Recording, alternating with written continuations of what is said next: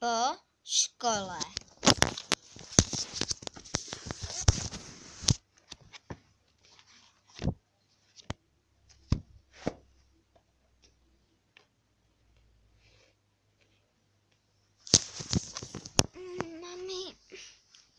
Mami? Ano? Proč máme rozházený kauče? Nevím. A mohla bych se dívat na televizi? Ano, mohla. Mami, A kolik hodin a kolik minut?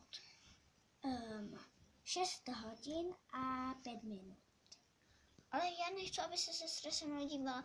Má tolik mobilů, notebooků. Jak se může dívat na nich? Čekej, já vám udělám stěnu. Tak. A chce mi s tím Jako já nebudu mít telku, no.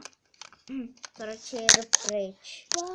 Do svého pokojíka. Jsem ti tam přemístila telku. Nejdu, mám tě ráda. Nemám tě ráda.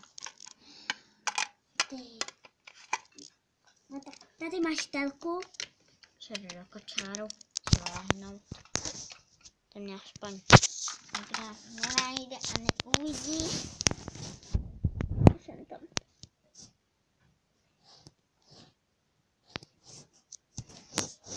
Ještě s letním stromečkem, když tam nejsou Vánoce. Písou. Carušku, jsou Vánoce.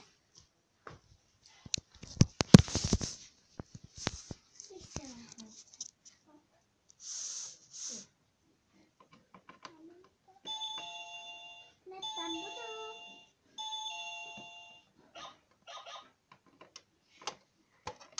Dobrý den. Dobrý den. Je tady Eva? Je. Hned vám ji zavolám. Evo.